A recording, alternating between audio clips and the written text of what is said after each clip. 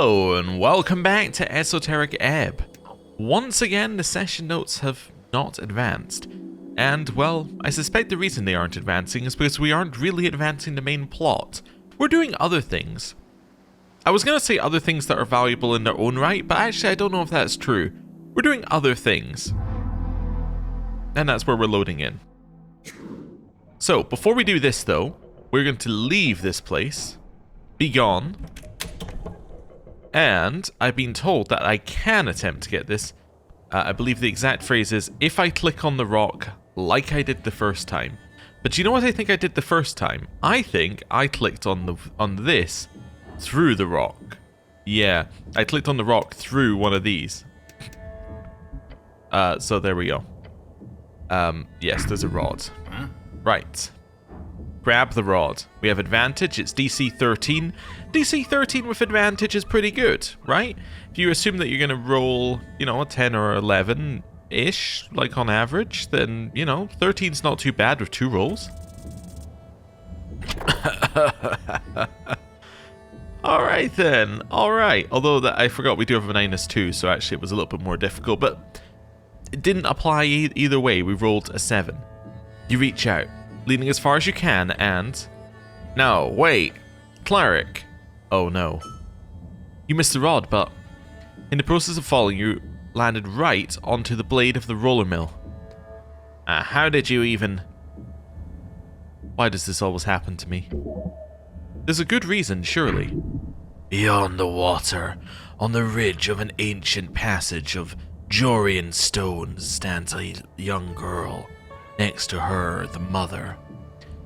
The child points towards the roller mill, exclaiming, "Mother, look, a cleric!" He's riding the mill. The mother responds with a sigh. Yes, yes, she tells her daughter, "Come, we have to get home for supper."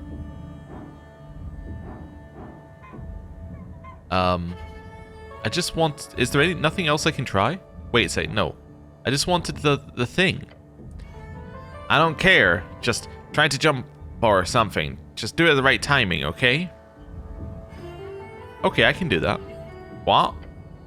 The goblin cannot hear you when the wheel is turned away from him. Look, just do what I say. On the next spin, jump. Is there nothing else I can try? Pray. Okay. Pray. That's a success! We have a +9. I forgot. I forgot it's gone up even further. The roller mill spins and spins. Take a deep breath.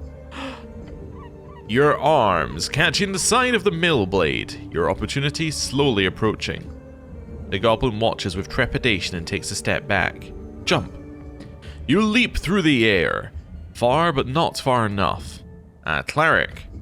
At least for a graceful landing. I'm gonna grab the ledge. Your body slams against the hard wall, your gloved hands clutching the ledge. You pull yourself up, rolling over the side. The goblin helps as well as he can. Okay, close one. You okay? Am I alive? Somewhat. As you stand up, you realize something falls to the ground. The rod. It lands with a thud on the stony walkway. Oh, when did you grab that? I'm not sure. It's a hard wooden frame with fancy iron set pieces on each end. Along the handle is a button, however it appears permanently pressed down. Oh, it's an immovable rod. I've seen one of those before. I don't think it's supposed to move though, right? Investigate it. A quick swipe of your hand reveals its magical nature. The tingle. However, this item is clearly broken. Broken how? Try giving it to the goblin. Okay, I'll hand it over. Huh? The goblin grabs the rod. Let go. As you do, the goblin holds it alone. Yeah? It's really light. It's esoteric, clearly. Try tossing it into the air. He shrugs. Okay. He tosses his hand up, and the rod does not leave his palm. What? He mutters and tries to let go of the magic item. I can't. It's like I'm glued to it. What the hell? Here, I'll take it back. The goblin hands it to you without a problem. He looks perplexed. Now try touching it against the ground. As you do, it gets stuck to the ground. Somehow. It's a broken immovable rod. It's a movable rod? Yes, great name. Huh. Whatever object it touches last, the rod will be esoterically locked and aligned with. It cannot be moved once it touches an object, until it comes in contact with a second object. What constitutes an object in this case? That would be an esoteric designation, usually determined by belief or common esoteric forces, or set in specific rules left by Jor. In this case, it seems to indicate a dynamic object, connected via mass. Were you to cut off your arm, that arm would be a new object. Were you to place that arm on the ground, it is not a new object. But were you to, for example, staple the arm to the ground via pitons, then it could potentially constitute as part of the ground, depending on how harsh the defining forces are in this particular case. Either way, there's no real use in defining those rules right now. But it would be interesting for further study at a later date. Gods, the blue one talks a lot. It is just a magical stick. Simpleton. So what can this be used for? Used? Oh, nothing. It's quite literally a useless stick. Really? Well, if used very carefully, it could be a bookend. You know how this works? It's stuck to one thing, and when it touches a new thing, it's stuck to that instead. You got it, you're so smart, well done. Fuck off. Look, it's clearly useless, but now you know. Was it worth it? I mean, no. It is a very, very interesting stick. Those can never be bad. Right. Well, I have a stick, which increases dexterity by 1. Alright then. Well, time to leave. Okay. So we've spoken with those guys. I'm assuming they're all the same conversation. We've had a look at this. Let's have a look at this. Long way to fall should be safe. Well, that sounds safe. You glance at the ladder. Those cogs, they could swallow you whole. What kind of man, no, what kind of human cannot climb a simple ladder for 20 short feet? It would be embarrassing for anyone of any age to fail this. Disadvantage, but due to an esoteric tingle. Alright, I should be fine. As long as I don't roll a 1. Which I didn't. Taking a confident step onto the ladder, you begin your climb. You close your eyes as you do so, in order to fully immerse yourself in the experience of changing your elevation. You are afraid. It is very high. Yet your body remains calm. But within a moment, you are at the bottom of the ladder. God, you're slow. Can we get moving now? Okay, well, let's have a look at some of these things. Roller mill workers kept more than ledgers in their archive. Oh, incense. What does incense do again? I know we have a lot of it. Recover first level spell slots. Yeah, that's why I don't, look at incense. I understand. Oh gods, there are several stale baked goods here. Alright. What's this? Doors barred, not getting in here. So this is a one-way thing. Must lead to the rest of the roller mill. A wooden door blocks your path. Feel the handle. Oh, it's locked. That means you should avoid it. It's probably trapped. He shut it. He shut it to keep all his people at bay. An owner in fear of his labor. You're getting all that from looking at a locked door? His scarf wiggles slightly. Not trapped, meek knows. Must lead to the back office. Haven't been down here before, but I think they closed down a while ago. Heard rumors from some goblins that worked here. I think the owner fired them all out of nowhere. Huh. If they closed down, why is the mill spinning? Yeah, that's actually concerning now that I think about it. I'll ask around later. Nothing to worry about now, though. A hammer will surely help. We can save this one. Or I could just unlock it, but you know what? I shall force the door open. I need to roll 11, and we have advantage. I mean, come on, what's the chances of failing? Yeah. You slam your shoulder against the wood. Once, twice. The door frame splinters and gives way. The door swings open. You see nothing but black beyond. Complete, utter darkness. I can't see a damn thing in there. Is this dungeon? The scarf's eye slops around your head.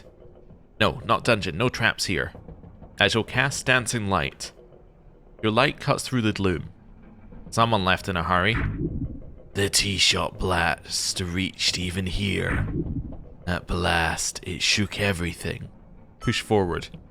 You wade through the debris. What a dump. Meek spells, old human scent, very old. Search for anything useful. You sift through papers and crates. Most of it is worthless, old receipts, inventory lists. But then you find something. A document. A notice, official letterhead. Notice of termination, collective action violation. You scan the text. All workers dismissed, effective immediately. Brutal. Human boss. Big was mean. Typical. That tale is old as time. Or at least as old as factory work. It's bourgeoisie bullshit all the way to the top. Are you getting political with me, Snell? He shakes his head. Ignore me, I'm getting tired here.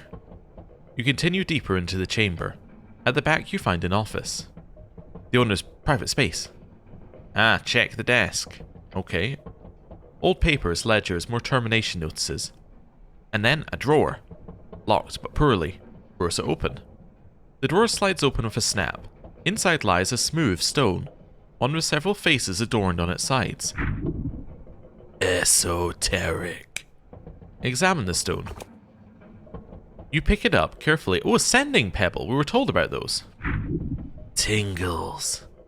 A sending pebble. Useful tool. Very useful. Pocket the stone. You slip the pebble into your pouch. Time to leave. This place has given you all it can. I'm not finding anything else here. Let's go. Meek will help find exit. Come. Okay, we'll exit. You make your way back through the darkness. What a lovely delve. So we now have a sending thing. Or sending pebble. The cost and spell slot requirement of sending has created many off-brand versions capable of short-distance messaging. During the Coast War, the Arcanist forces were often equipped with this so-called pebble, a stone capable of casting sending on any familiar target within a kilometer. Gives you wisdom and charisma. What do our current things do? We have meek, obviously. Charisma minus wisdom, advantage against elves. Esoteric intelligence, and then con intelligence. It is maybe better than our pocket watch, but I do like advantage in esoteric events, because I like seeing the esoteric events. Anyway, let's examine this. You hold up the pebble. Please don't bother anyone with that, Cleric. You think about who you could send a message to. There are a few targets you have in mind. So I can use this to send messages to people, right? You can. The Pebble of Sending is a powerful magic item, not quite as versatile as the Stone of Sending. The difference being the stone can send to anyone on the current plane of existence. The Pebble has a limit of 1 mile.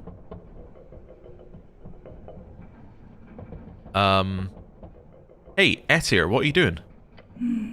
Cleric, please do not use that pebble to contact me at your leisure.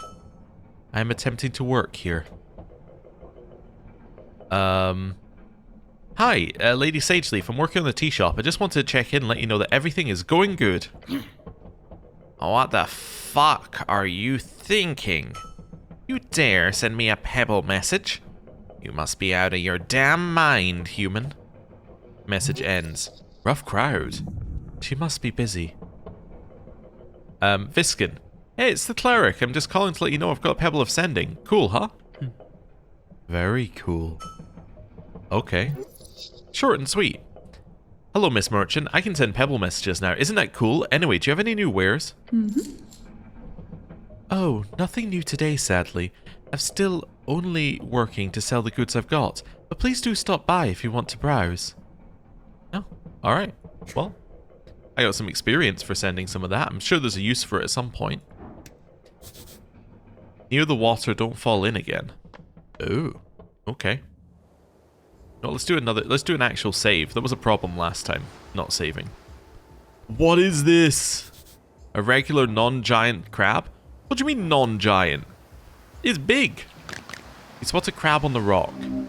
One of the greatest of the Escani creatures. The Norvikian river crab. It does a little shimmy. Yes, Cleric, that is a crab. Pet the crab. You reach forth and the crab immediately snips onto your index finger. Huh? The crab pincers grip your finger hard. Your steely bones tank most of the damage, but it is hanging on. Get out of the vice grip. Wonderful. You bend and you pray and you pry, but the crab will not let go. The blood is not flowing. Slowly you will die. Okay, I got out the second time. You use your free hand to pry the pincers off your finger. When your index is released, you immediately feel the blood begin to flow once more. He was a good little fighter, a good crab. Are you allowed to loiter here? It does not respond. What do you know about the tea shop? It snips with its pincers once. What's that, Krabby? Johnny Longneck blew up the tea shop. Johnny Longneck, one of those pirate legends. Many adventurers seek his ship and tomb in the Rixbiter wastes. Damn, I guess we'll have to find him. Johnny Longneck, the pirate? One and only. Also, I'm joking. Please do not take that seriously. We're not going into the Rixbiter waste to seek out Johnny Longneck's crash site. Spoil sport. What are you voting in the election? It makes no noise in reply to your question. Citizen? Alright. Well, where does this go? You hear the dockyard beyond. Okay. Conquest by river, by land, by heart. So where the hell are we? Are we in... Wait, where exactly are we here? Because we went this way. Oh, Waterlane view. So we must be in Waterlane. We must be... Yeah, we're here. Oh, I don't need to go to Waterlane. It's not morning. My milk job isn't available right now. Yeah, no. I don't need to do that. Right. Up here. Let's go this way. Then we're going to go here and climb. You approach the ladder once more. A long way to climb. This time should be easier. You take the first step onto the ladder and then you are at the top of the ladder. Alright. Was there anything to with these guys individually? Oh, we can behold them individually. Wonderful.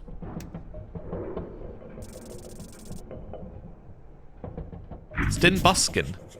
A boy named after a dwarven word for rock. He likes his friends. They're his only friends. He does have some semblance of opinions around life and love and the city. Yet they are formulated. Yet they are not formulated, nor is he verbose enough to express them properly. Intelligence, I'm guessing? Ooh, no dexterity. Okay. This is a shitty kid, but kind of fun too. If you were your peer growing up, he'd be one of those fucking bullies. That's not really a massive negative on his part. Pretty much every well-adjusted kid bullied you. So can I speak to them individually? Oh, I can, but they don't say very much individually. What about you? Did you have more for us to behold? No. Okay, rest first. Lord Cleric, thank you for the respect. I like your hat. Okay, up to the roof.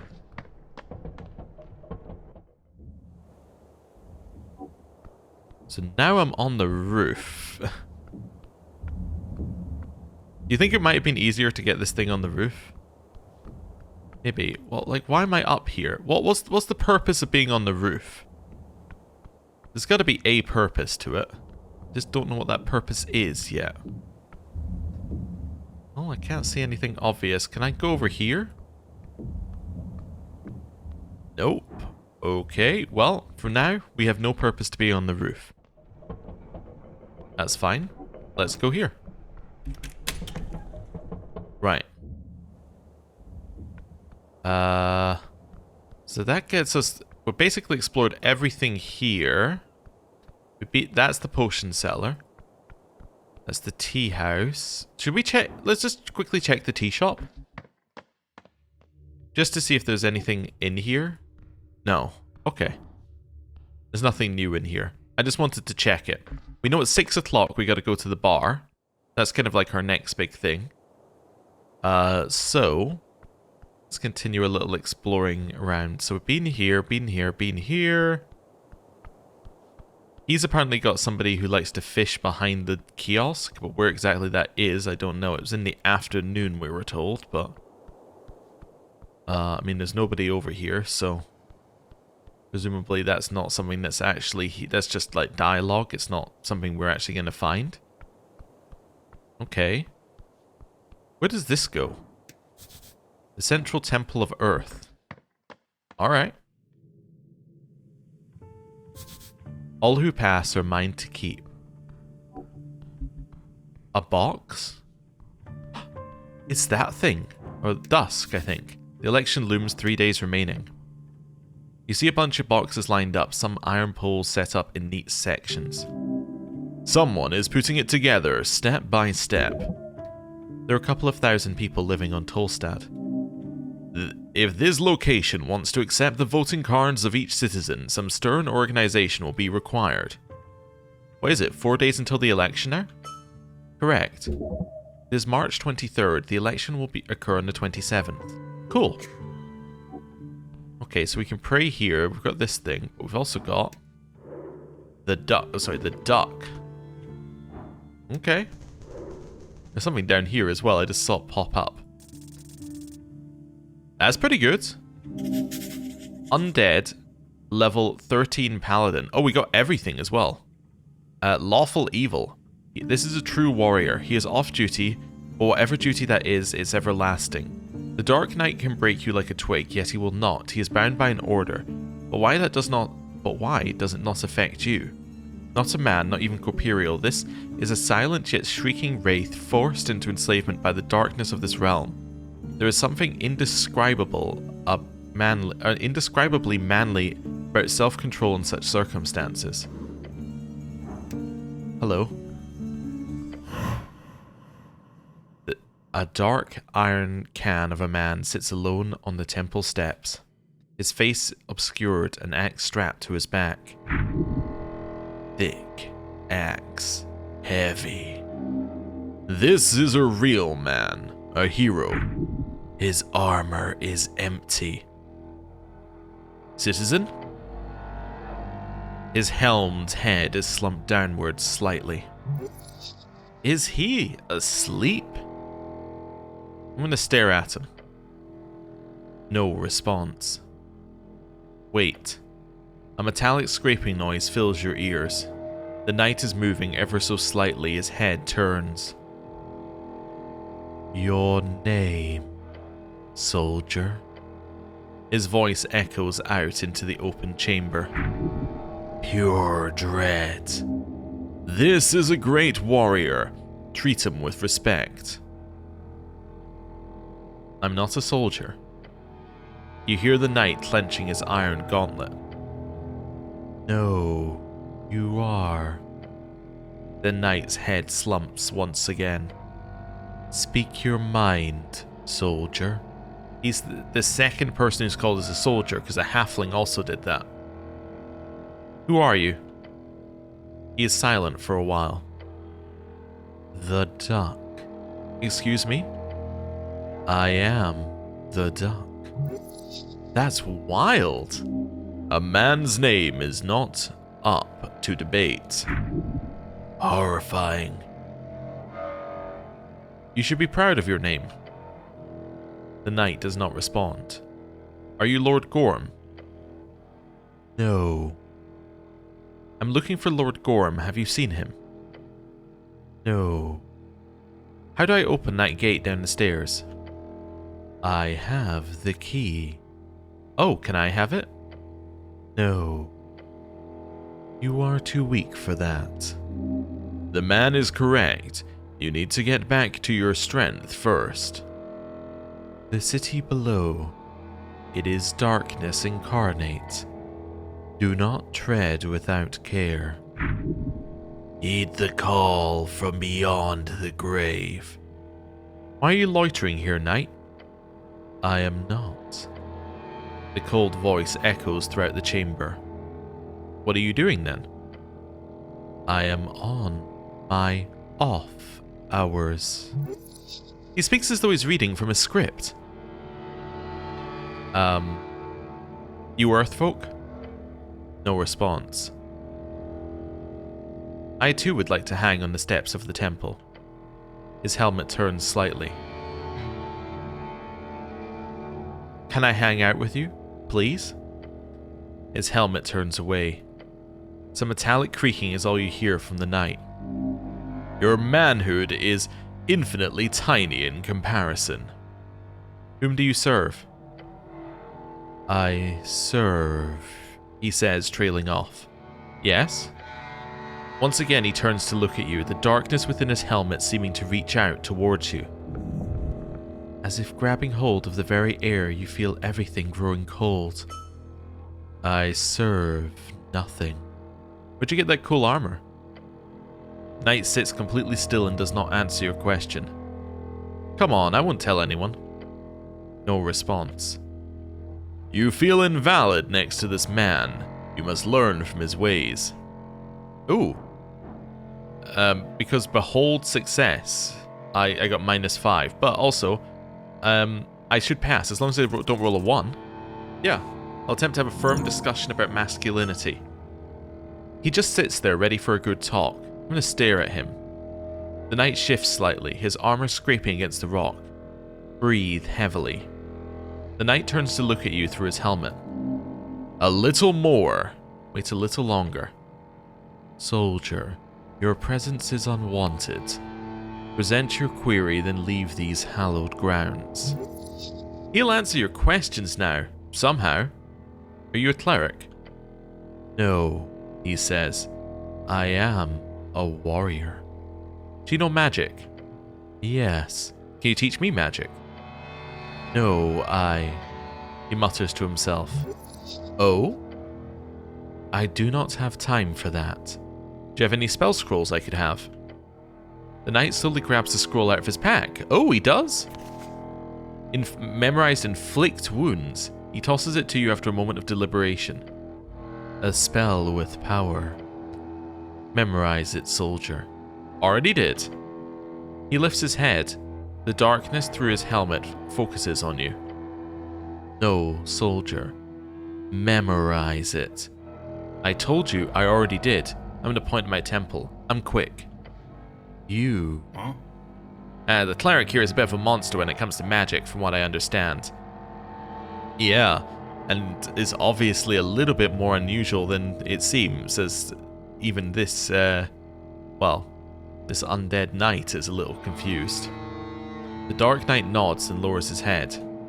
You've earned his respect. Good. Your ability to memorize spells instantly is an incredible talent. He should be impressed.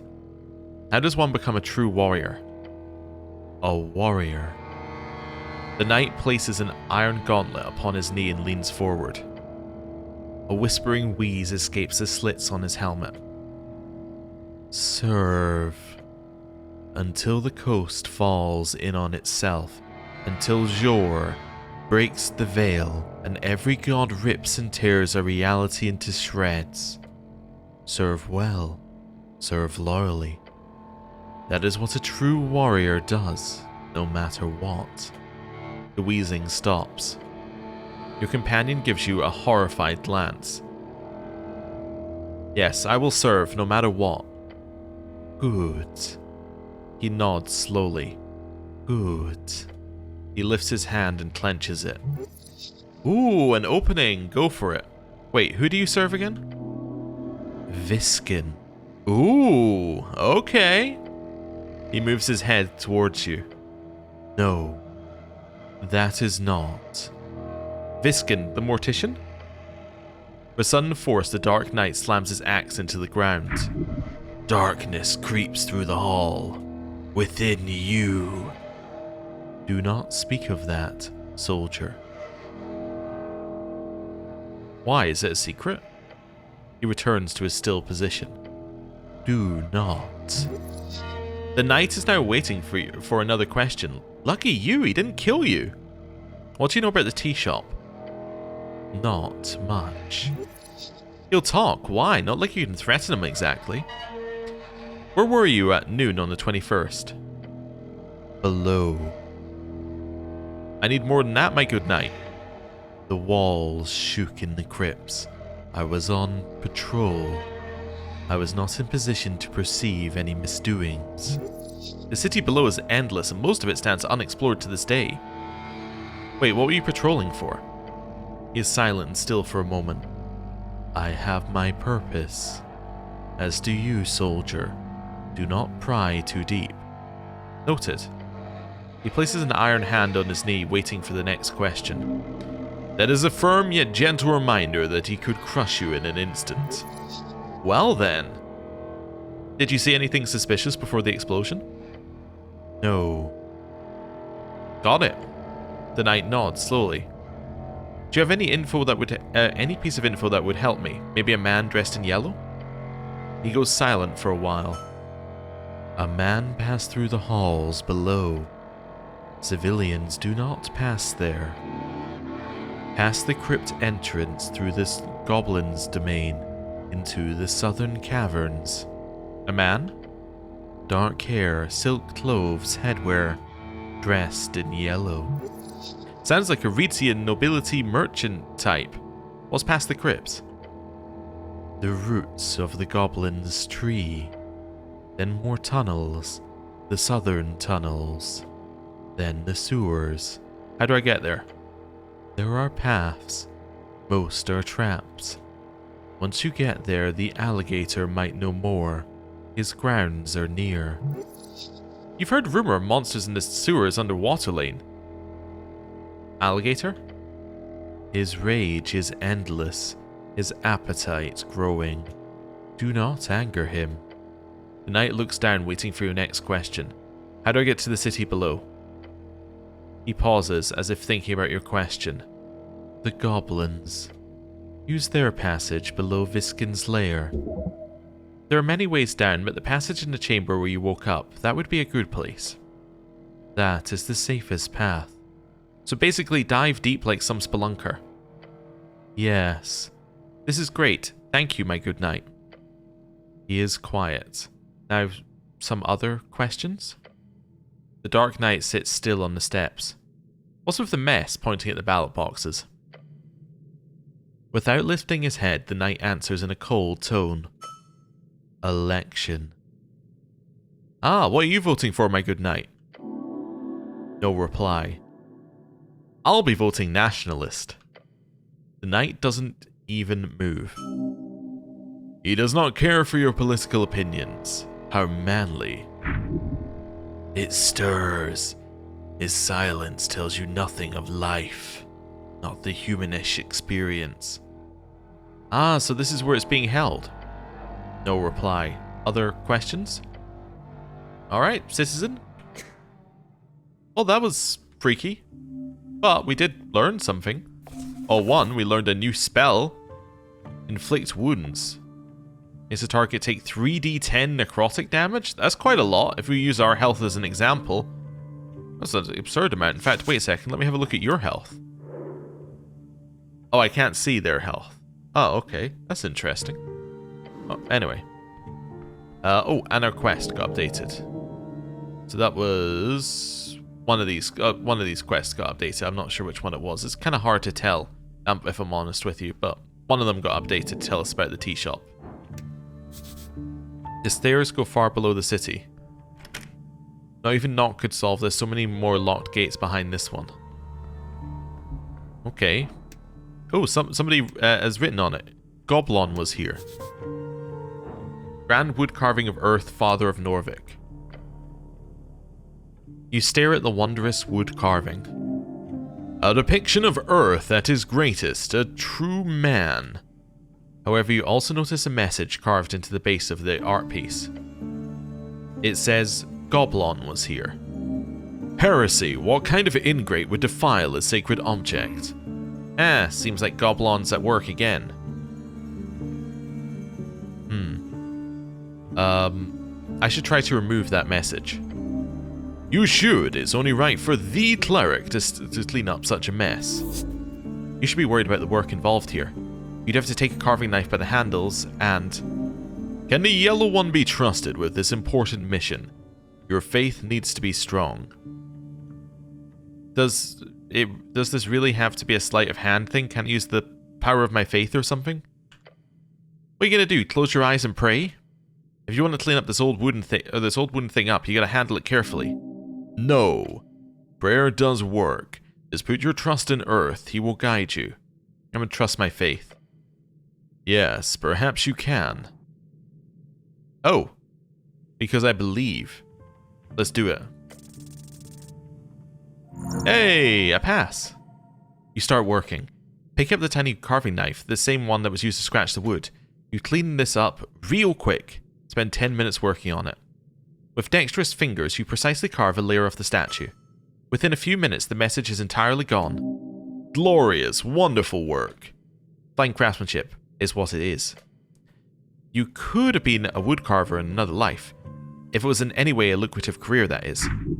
She always spoke lowly of artistic endeavors. Looks much better now. Oh yes, you're cleaning the world one message at a time. What do you think about the statue of my god, Snell? Real human culture here. Yeah, good job. Expected you to crack the thing in half. My work is done here. Wonderful. 6 o'clock as well. Okay. Let's engage with this. Prepare spells? So I definitely want knock. Probably inflict wounds over grease. Something like this? Yeah. Okay. And then... pray. Contemplate the golden line. A land cut in two. Your neighbours, the halflings. Speak with them, learn their stories. Pass judgment if you so wish. They do not care. The gold always shines in the end. Troublesome activists. They are young and brash. You've been there. Both sides want what's best for their city. Perhaps that is the solution. Missing Paladin? He was last seen here on Tolstad. Many know of him. If you find him, you will surely be rewarded. Assassin? Attacked from below. But you feel no worry, for the danger is but a misunderstanding in your mind. The answer is deep. You know it all too well. It is listening. Always. Lich House. They do not tell you the whole truth. There are deals in the background you are not privy to. Tread carefully around the pale man and his 4 helpers. 4 helpers. That's interesting. Well, we know we've got the duck. We know we've got the we know we've got the kobold. He did have the guy underground, who I assume it was talking about, as the undead. But who's the last helper? That's interesting. It's very interesting. We're going to the pub. That's where we're going now. We also have something to do in the evening. We've got to go to the, we got to go steal this contract. Oh, the kiosk is shut. But, yeah, we'll figure that out later. Hey, pub's open. Wonderful. Let's go to the Drunk Sphinx. Stairs down to the Drunk Sphinx. Oh. Can I interact with this? Of course. A jukebox. Your eyes take in the enticing green glow of the diskettes. Diskette, an esoterically infused stone disc which has been engraved with a spoken word spell. These have been mass-produced since the mid-arcane era. Spoken word, a second-level transmutation spell, allows the caster to engrave a spoken message onto a surface. Whoever touches it will telepathically hear the message in their mind. However, this spell has been mostly used for the last 2 centuries as a way of mass-producing musical records. Their presence lights up the night in a glorious rhythm. Your body quakes. Someone might spend looking over the track lists. Just don't think about the time they threw you out for playing DLS 15 times in a row. DLS. DLS. Dylan's Last Stand, a classic dive bop that's got real popular around the time you were born. All the Read Scene players know it. Check the other buttons. You press one of them and the mechanism inside doesn't activate. The jagged movement indicates this deeper spronglings have broken off. Unfortunately, that means only the first 3 diskettes are playable. Highland Fling. Sure. You press the button and the glowing diskette is pushed by a tiny metal sprongle. A crystal connected with the speaker system touches the stone surface and the music begins to play. Okay. Act 1, Scene 7, Interlude, Let the Chains Be Dust? Okay. Ooh. That's a little weird. Hill Waltz? I haven't really heard anything yet. Ooh.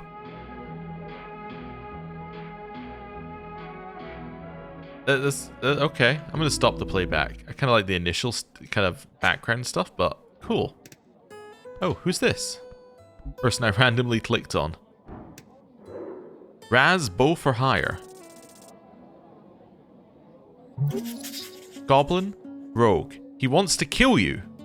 This is a massive, unregulated, confident, and highly problematic goblin supremacist. He will not debate on you. He doesn't even see you as worthy of being alive. A focused killer, his body count must be in the hundreds. This type of man who wishes for nothing but the destruction of humanity. The Earth folk especially, and a downfall of the invading species upon the shores of Ascani. Hello there. Uh-huh. The scent of smoke fills your helmet as you approach the hooded goblin. He takes a drag from the pipe, his rough face illuminated. He is smiling at you beneath the mask. He is your friend.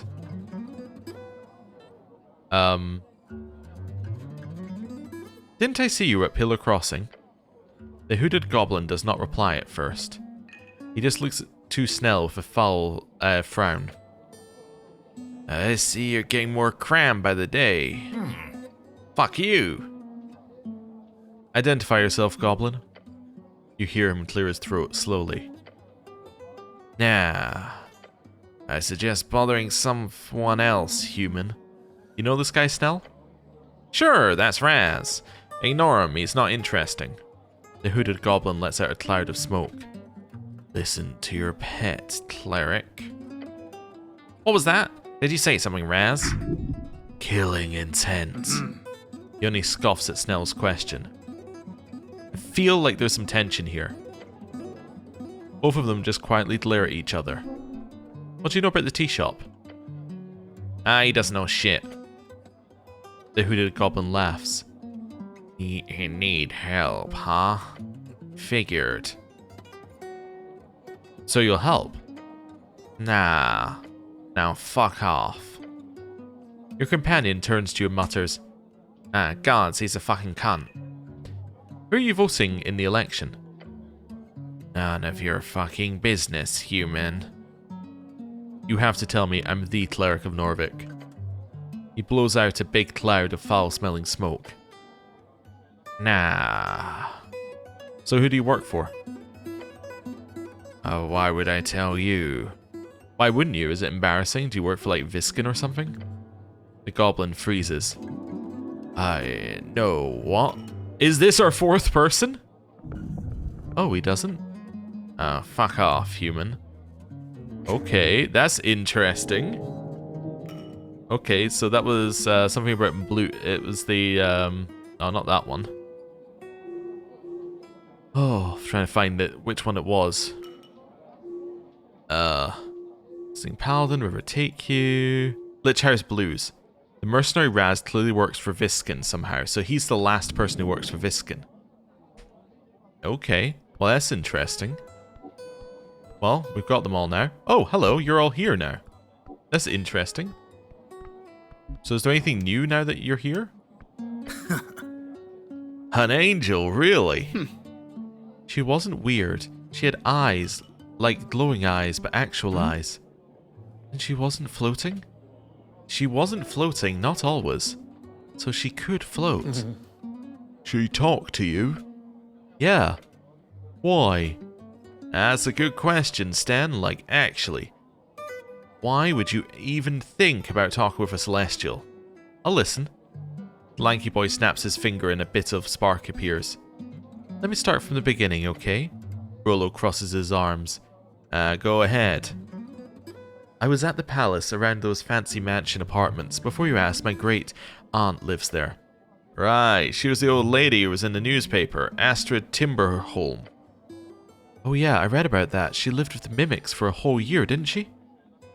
Yeah, whatever. I'm telling a story here. He gets ready to speak. After visiting Auntie Astrid, I walked across Mika Park, and I was like, snapping my fingers. And I heard her ask me for a light. I turned around and saw her sitting by the pond. This, celestial girl, white dress, glowing eyes, really, really good looking. Tully holds up his palms. Whatever floats your boat, man. She asked if I was a wizard. I say no, obviously, but she holds out one of those Rixbiter tobacco sticks. So I light it with a, he says and snaps his finger, sending up a little flame into the air. We talk for a bit, just small talk. Was she nice to you? Yes, I don't know. What kind of question is that, Sten? Jesus. We talk. She smokes her stick. When she's done, she asks me to burn the stump. I do, like in a cool way too. I really nail it. Then what? She walks away? Yeah, but she also says like, hey, thanks, I'll see you around. The three other boys look at him in silence. Uthnisse looks at each of them. What, that's good, right? That's practically like asking for a date. Look, she was a transcendental energy girl, made out of pure light. Rollo pats him on the back.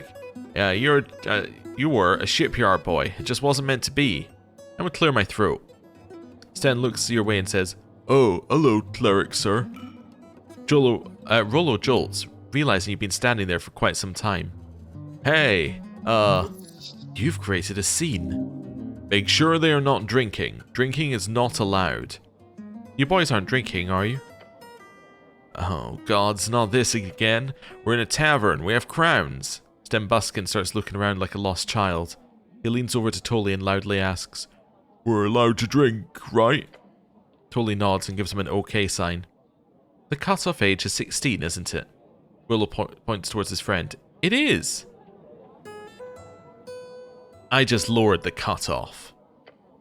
What are you gonna do? Throw us out? The boys laugh. Nervously. Earth would make sure anyone 16 or older would be allowed to be served alcohol in any establishment or did make sure anyone 16 or older would be allowed to be served alcohol in any establishment in Norvik.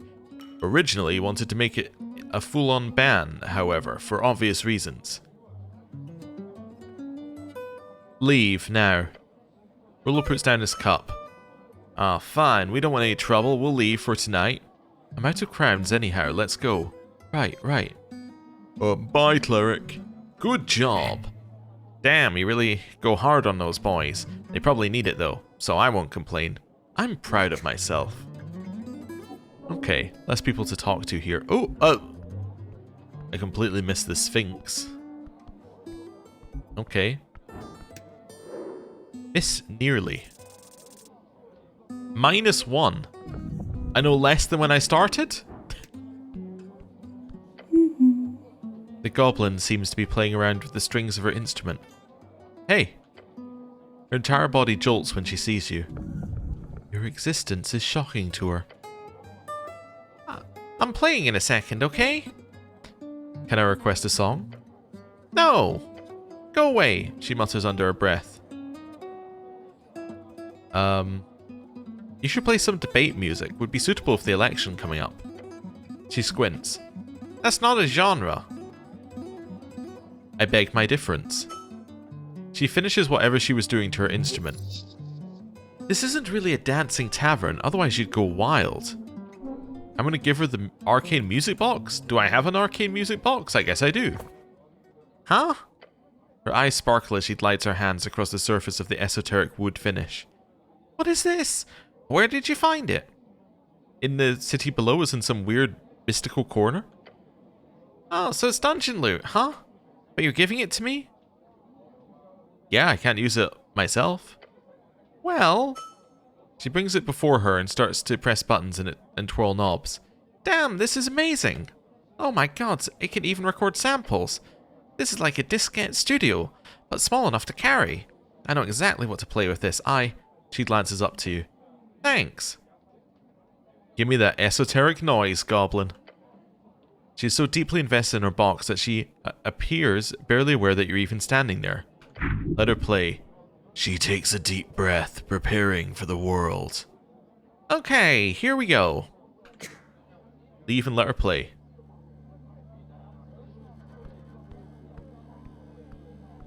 Assuming that that's the new track. Oh, there we go. Agent Vera. We know a lot more now.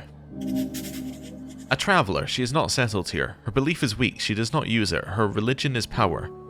Is she evil? No, perhaps an arbitrary arm of an institution, but no mere puppet. Nothing you say will sway her. She will play you until the end. Hello. It would be akin to 1,000 a month. Standard fare, really. Obviously, all my proprietary deals would have to be included in that.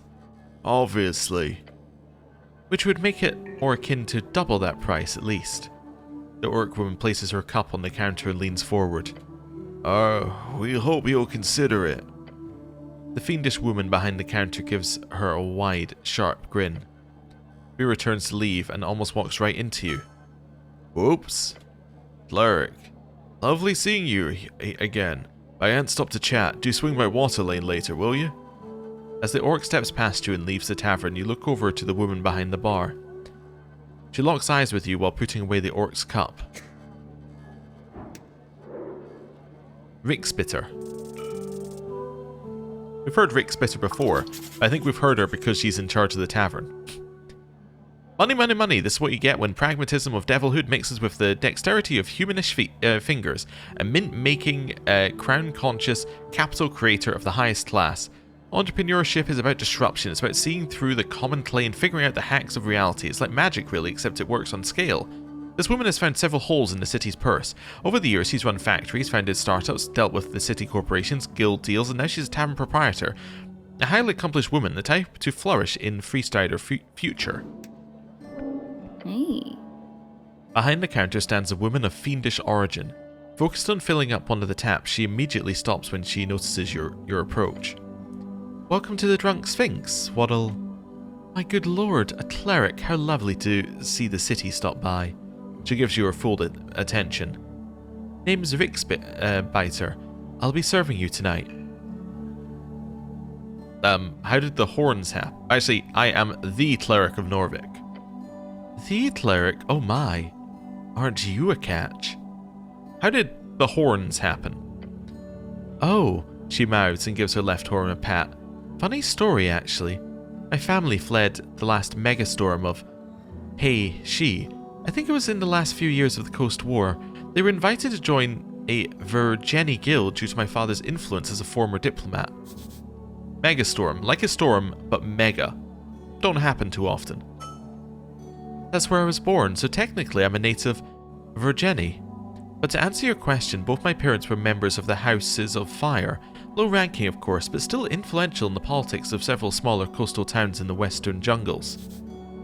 Houses of Fire, the aristocracy ruling over several cities in She.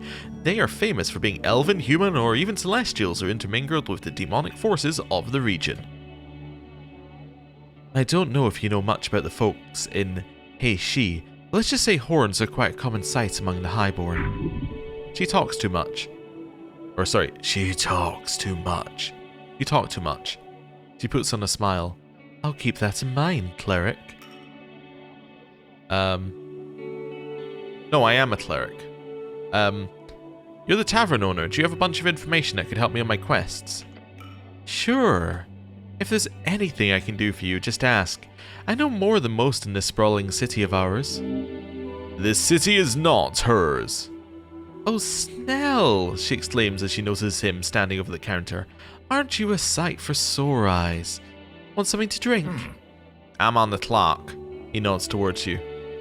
Oh, you're the escort, eh? That's not how I'd phrase it, but sure. She laughs and sticks a sharp finger in your face. Don't get Snell into too much trouble, you hear? He's already grumpy enough as is. The two of them clearly share a past, in an enemies to lovers kind of way, only without the lovers part. What's with the, gesturing towards the Sphinx? That's Ulz's. Great gal. She's a gyno-sphinx. She's been here since, like, early Gate era? But good luck getting more than that out of her. She always drink this much? Yeah, that's the only reason this place stays open. She lets us all hang around her sacred chamber, and in return I get her pumped on some river wine. Cost-wise, it's not much worse than regular city rent. Thanks for telling me about the Sphinx. No problem, she says with a wide grin. You two friends, Snell? No. Don't say that. You're hurting my feelings. There's tension here. If you want to rise out of him, ask about it. I sense sexual tension between you two. Ah, that's... Snell quickly snaps at you with a glare. That's a statement I will strongly refute, Cleric. The fiendish woman nods. Of course, refuted it is. It is. For sure, absolutely. She laughs and leans in over the counter. All jokes aside, this is just part of the job, you know? Harassing goblins? No, that's more of a hobby. Creating sexual tension? A bit on the nose, but sure. Bullying? I wouldn't call it that, more like playful teasing. Flirting? Well, sure. Being a little fiend?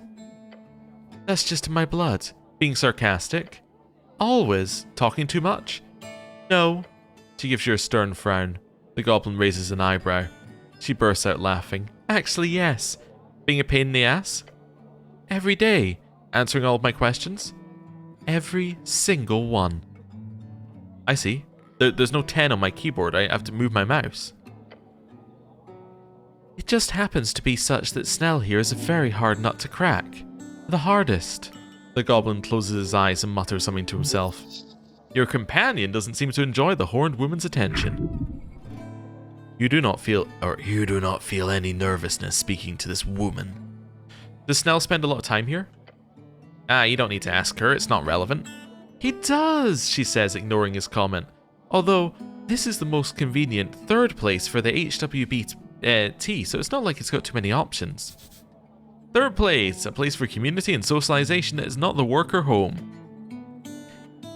We've got all the wonderful goblin we could need here every night.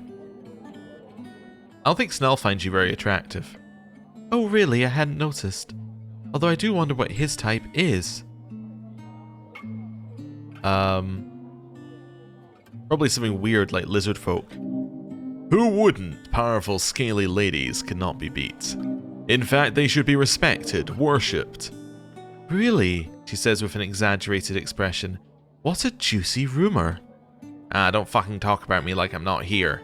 And Cleric, don't play into her mind games. She'll drain the wholesomeness out of your damn soul. Ooh, I like that.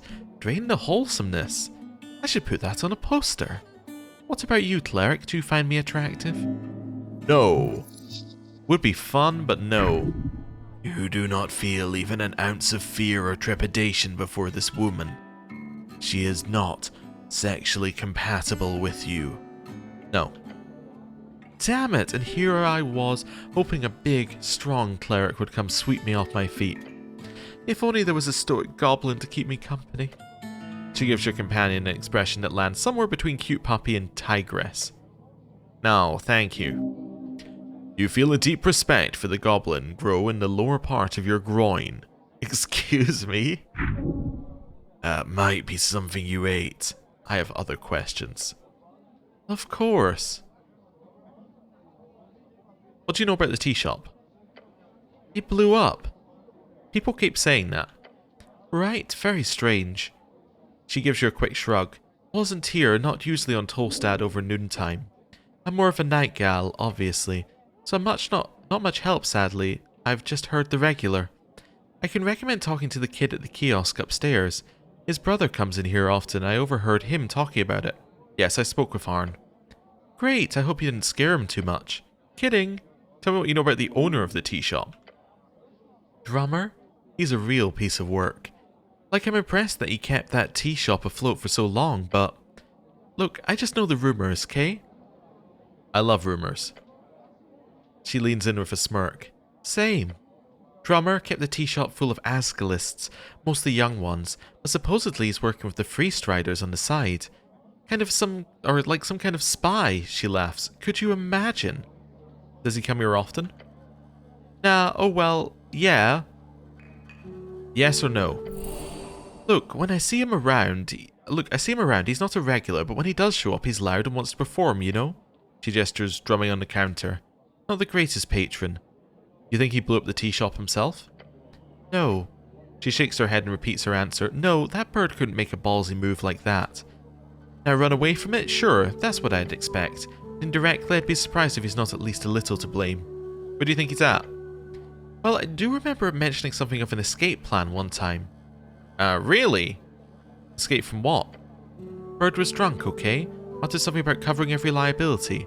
Now his escape plan was... Look, I thought it was a bad joke. He said from what I can recall his plan was to sneak into a crate and ship himself to Reed's. Idiotic. You'd have to survive for weeks in a tiny cramped space. That's ridiculous. That wouldn't work, would it? I mean, I'm sure it's happened at some point, historically. I believe that there's an actual case in real life, and I think it was like with I think it was CEO of Nissan or Renault. I think it was both. Like, he was in some legal trouble and they shipped him out of the country in a coffin. I believe that that's a thing that actually did happen and not that long ago. So, I mean, shipping yourself out in a crate is entirely possible. She shrugs. Drunken ramblings, but if I were you, I'd check water lane. That's it for now. Sure. Do you know anything about an elf on Tolstad? An elf? On Tolstad? If you go up the hill, you might find some near the Elysian embassy, obviously, in the palace district, but not here. Don't elves get here often? In the 3 years, we've never had an elf in here. Like, actually none, to my knowledge at least. I'm not going to tell her about the dead elf, we're keeping it a secret. Do you know a man called Frank, son of Frank? Your question causes her to let out a hearty laugh. I'm so happy I'm not the one having to ask that stupid fucking question. No, I'm afraid I haven't, she eventually manages to tell you. I'm sorry, Cleric. She probably gets hundreds of people using that fake name during any given week. I'm searching for a paladin. She shakes her head. Don't expect to find much. I haven't seen Lord Gorm in weeks. You know him? I've handed him a few drinks, exchanged a few words, so sure, I know him. What's he look like? Big guy, Earthguard-like outfit with more gold. Not the type you'd like to arm wrestle. Other than that, green eyes, blonde, long hair. A fancy nobleman in armor. Got it. Did he wear a helmet? Oh no, never actually. He always showed off those golden locks. A clear sign of corruption. What sort of man would choose to show skin instead of iron? Guess his proclivity for vanity very much surpassed your own, Cleric, she says with a playful smile. You ever hear him say anything suspicious? She laughs. Look, drunkards say all kinds of shit. Can't read too much into it. What did you hear? Mostly a bunch of ranting about how every single political entity in the city should be burned to the ground. Some typical pro-human slogans, you know the stuff.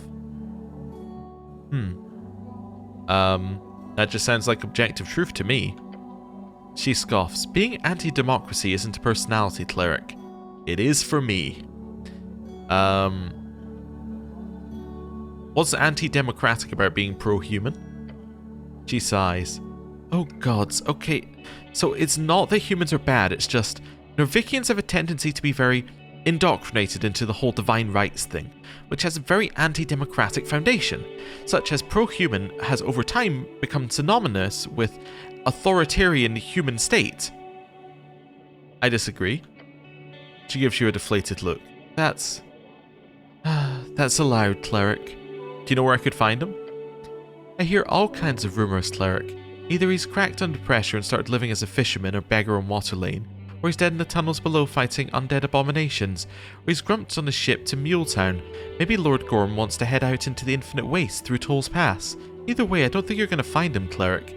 Maybe there's some clues as to his fate somewhere here in Tolstad. Who knows? Thank you for the information. You're welcome. You know anything about masked assassins running around Tolstad? No. Sounds like a cult. Could it really be a cult? Wouldn't be the first, nor the last, probably. We had that death cult a couple of years ago that ran amok. What was it called? Blorg or something? Blorg, really? They were horrifying, I promise. Then there's the elemental cultists popping up every now and then, but most of them are pretty tame, or at least they stay deep enough underground to not bother citizens too much. Snell laughs. And who do you think keeps them there? Oh, I know it's you. You give them one angry stare like that and they're running back to their burrows, eh? The goblin mutters something under his breath. They're trying to kill me. Oh no, that's not good. But I'm sure you'll be fine. The city is strong and eternal, right? Damn straight. Hell yeah. Tell me everything you know about these cult assassins. Of course, so... She leans forward over the counter and stares at you. Your companion looks at her and then back at you. To you. The fiend keeps staring. Wait. She gives you a serious expression and nods. She's making a joke. So you don't know anything then. She claps her hands together. Okay, Cleric, that's all I know. Thanks for asking, though. Great, now about something else. Who are you voting, or what are you voting in the election? That's a cheeky question. No, it's not. That's subjective. I disagree. She looks confused for a moment before continuing. She clearly loves to talk about her own thoughts and opinions for days, so... Early on, I thought about voting for the Agricultural Party. They had a big focus on small business owners, that's me. But obviously they moved on to a bigger worker class focus and now are completely swallowed by Ascalism. So now I'm leaning towards Free Striders. They want to build up the economy and increase trade, which will directly make my life so much easier. Plus, it's hard to ever vote for the Nationalists when they want my kind to be a second-class citizen. And the Free Striders will let you buy your way to first class or what? She gives him a half smirk. Something like that. Sounds to me like you don't understand the Nationalists. Sounds to me like you understand them all too well. She smiles with her whole face. You like the Agricultural Party? Liked. They had a neat manifesto, okay? Freedom of movement and business type shit. Why not vote green? She holds up her hands and gives you an incredulous look. I like to keep my profits, duh? Your companion scoffs. You're a Free Strider then? Hey, just because I'll vote for them doesn't mean I'm dedicated for life. They happen to be the most useful for my business, nothing else. Why would more trade make your life easier? She looks around. Tolstad is already a hotbed for travellers coming in from all around the coast. If the tariffs are lowered, especially between Reedsian cities, we'll be seeing twice as much traffic on Waterlane.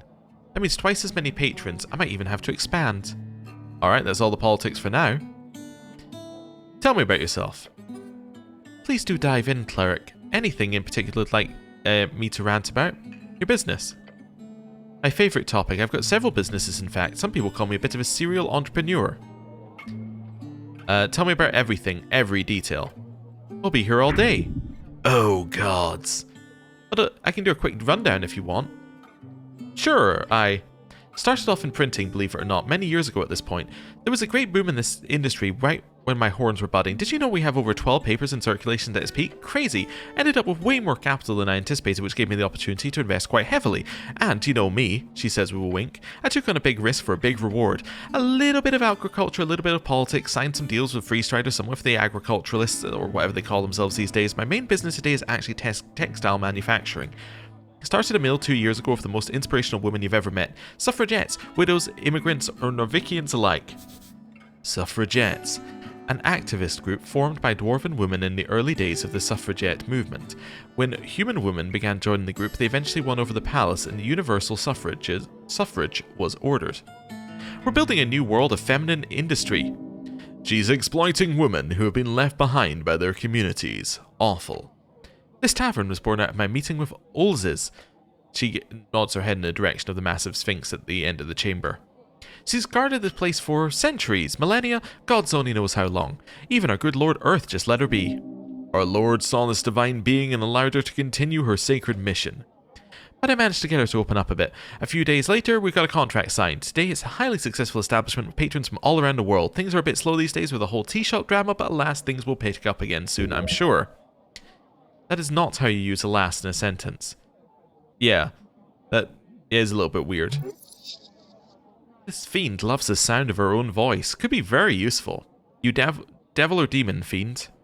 Neither, you know. I suppose the city classifies me as a fiendish guest citizen or whatever legal definition is. My blood origin is demon like all houses of fire. She winks and says, I try not to flaunt it too much. Tends to get the boys a bit too excited, you know? They clearly crave the abyssy. Oh dear, I said that out loud. Don't say that out loud. Abusi. What?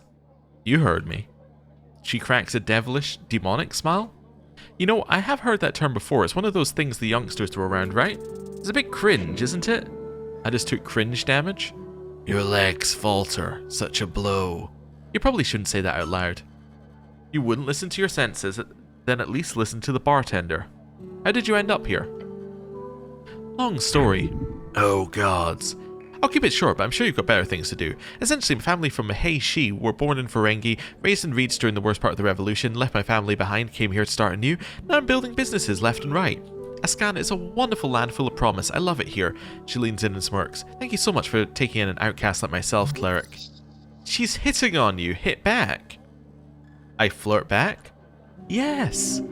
No, not your type. You need someone stronger. Boo. Red one is correct, but still boring. Ooh, what is my type? It's hard to put into words, but whatever you're looking for, this horned woman does not have it. The overwhelming urge to be smothered, completely and utterly crushed. Don't call her that. It's meant to reduce a person to however horny they might appear. That's not... Whatever, just say something. You've been staring at her silently for like 15 seconds now. I punch her? No! That's not... No. Not really the moment for that. She is not hostile. You're welcome, citizen. I am. She shows her sharp teeth in a bright smirk.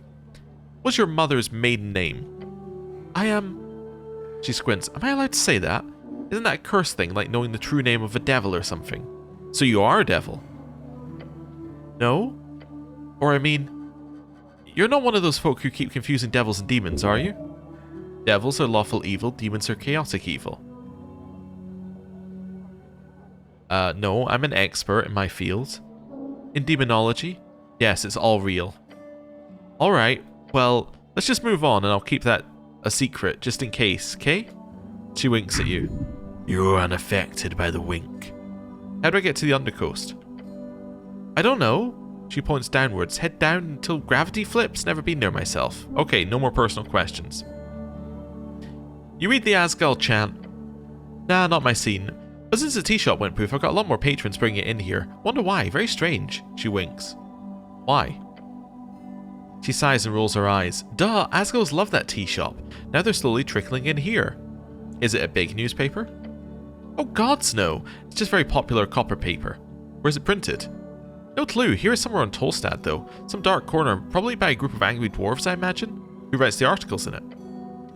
She shrugs. A group of angry dwarves? Look, there's a reason why nobody knows anything about the damn thing. It's legal. Whoever's printing it doesn't have a license, so the city keeps trying to bust them. It's sort of funny when you think about it. What do people think about it? That is ridiculous. You've got a third largest political paper in the city and it's printed in the shadows. Nobody knows who the chanter is and every article is signed off as written by a concerned citizen. It's very dramatic. Other than that, people hate or love it, depending entirely on their politics. Is it a magical newspaper? No, just a very cheap one, printed and distributed in mysterious ways. So it's legal then? Oh, very illegal. And they've run it for like 2 years, I think. Crazy long time. It'll be one hell of a story once they get caught. If. Is this paper political? Oh, not at all. Not at all? Indeed, in fact, it's the only newspaper in existence that's ever managed to be completely apolitical in every way, shape, and form. She's fucking with you. You're fucking with me. I am, sorry, she says and lets out a dark chuckle. The Asgal chant is clearly a highly politicized paper. It's literally filled to the brim with Asgal propaganda. That's all for now about this paper. Alright. Well, that's all for now. I think we just moved, yeah, we moved into a new time. Well, with the dusk of day 2 hitting, I feel like it is time for us to end the episode. Thank you very much for watching. I'll see you next time. Goodbye.